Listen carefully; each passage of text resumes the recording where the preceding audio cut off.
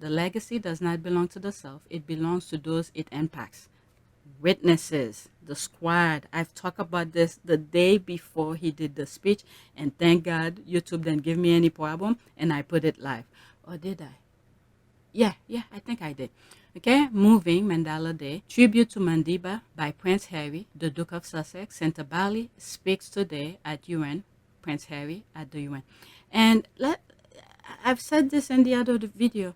Harry make the UK look good. And they were tarnishing his name the same way they did to his mother. His mother was making the UK look good, but the UK did not appreciate her. But when people around the world are talking about Princess Diana, all of a sudden the UK wants to take credit. Okay? And then the same thing is happening to Harry here. They prevent him to use the boy or whatever, the nonsense that they keep so dear to them. But look at him here. Despite the fact that they're tarnishing his name, when you look at the tabloid in the UK, and it's, I must say, let me just side note here. It's not all Brits who thinks that way, but those with the mic, those whose voices will be heard around the world at a global scale, who have the mic, who could speak to the world about things, they don't want who's tarnishing Harry's name. Okay? But when you look at individually, little specks here and there are some good Brits who appreciate what Harry's doing.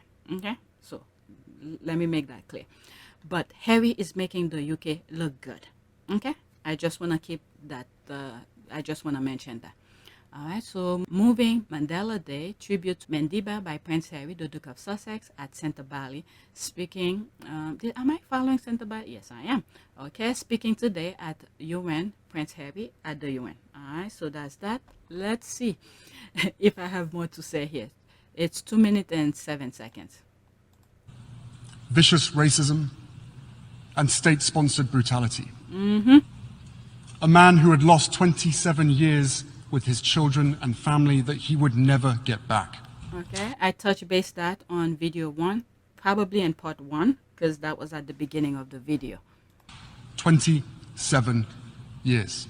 Yep, time is in the essence, and they took that away from him. Yet in that photo and so many others, he is still beaming. Still able to see the goodness in humanity. Still buoyant with a beautiful spirit that lifted everyone around him. Not because he was blind to the ugliness, the injustices of the world. No, he saw them clearly. The camera was spamming to the audience. I guess that's for the UK. So when they need to talk about, oh, it was empty, because I've had comment under one of my tweets. Oh, it's empty, it's empty. But when you really think about it, it was streaming for the world to see. All right. So maybe those people who were supposed to be sitting at that place and the audience decided to watch it in their office to give the illusion that not many people are watching him. But it was streaming for the world to see. And when you were looking at the numbers who's watching, it was in the thousands. He had lived them, but because he knew we could overcome them. He had lived them, but because he knew we could overcome them.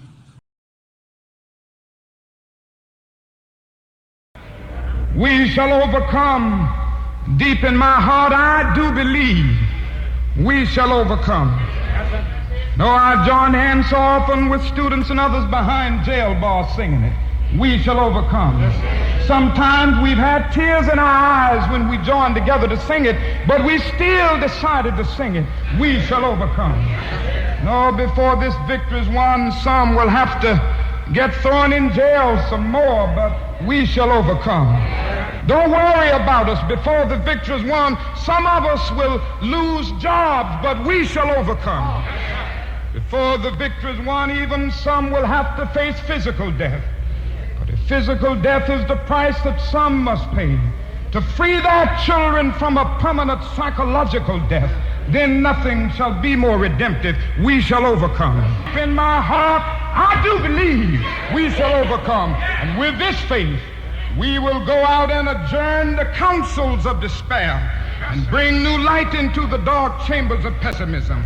And we will be able to rise from the fatigue of despair to the buoyancy of hope. And this will be a great America. We will be the participants in making it so. And so as I leave you this evening, I say, walk together, children. Don't you get weary. There's a great camp meeting in the corner. In our own time, a time of global uncertainty and division, when it's all too easy to look around and feel anger or despair, I've been inspired to go back to Mandela's writings for insight into how this could be. All right, so he's learning through that. He's going through the same thing in a different form, but almost the same thing. Pain. The body is experiencing pain. So he's going back, watching, learning, reading things about Mandela. How did you go through your painful path? So that way I could make wiser decision for my own path. Because he's going through it right now. We are experiencing it. We are seeing it. He's living it, but we are seeing it. How he could experience so much darkness and always manage to find the light. That's the thing for him. He's trying to find the light through the darkness that he's going through right now. Okay? There I found a few lines that stopped me in my tracks. In a letter from prison, he wrote, "I feel my heart pumping hope steadily to every part of my body, warming my blood and pepping up my spirits. I am convinced that floods of personal disaster can never drown a determined revolutionary. To a freedom fighter, hope is what a lifebelt is to a swimmer, a guarantee that one will keep afloat and free from danger." Damn, that's some freaking metaphor, some poetry here.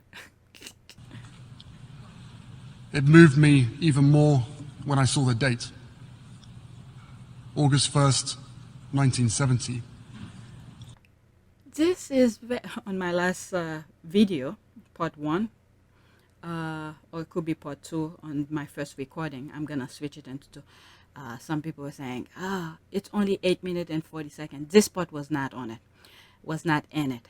But when you think about it, when he was looking at his writing, but when he saw the date, knowing, okay, because he already did all, Mandela already did all his journey. We just seeing, looking back, some of the things that he went through. And he's reading his paper, and he look at the date, 1970. And that put a huge perspective. We know how long he stayed, and we could do the math. And he only was there, I think, 5 years, and he had so much more to go. Can you imagine that? Can you just imagine that? How much more pain on a freaking cell when God put you out there to be free, but these people felt like this is where you belong, in a cage, in a 4x4 cell. I think that was the dimension. It's very heartbreaking. All right, let's move it back slightly. And this is where he's learning from. Okay? He's learning through these kind of things. August 1st, 1970. 7 years into Mandela's imprisonment, not even 1/3 of the way through. Yep. When you think about it, it's really painful too. How did he go through it? All right, let's listen to that part. That was very powerful for me. It moved me even more when I saw the date. August 1st, 1970. 7 years into Mandela's imprisonment, not even 1/3 of the way through. This is the humanity in Harry in comparison to the other brother. All right? He felt the pain as a human being to see this is what Mandela went through. This is the humanity in Harry. Okay? Feeling what some other human being have gone through. This is what makes people like him. Okay? In those circumstances, how many of us would have lost hope? There's the perspective of things. Very well put. Very well put. He's going through a lot. Okay, this is in Spanish. Africa has it up and down, but trust me, that place is like heaven on earth. Yep, continent. Okay, yes, the world is full of beastly creatures enslaved by hate, hate based on difference of color, of skin, and other form of discrimination, tribes, and but the likes of Prince Harry clearly show the world also has human beings. He indeed is an incredible symbol of hope. That's right. That's right. Okay, excellent speech. He's a good speaker. Yep. Yep, yep, yep.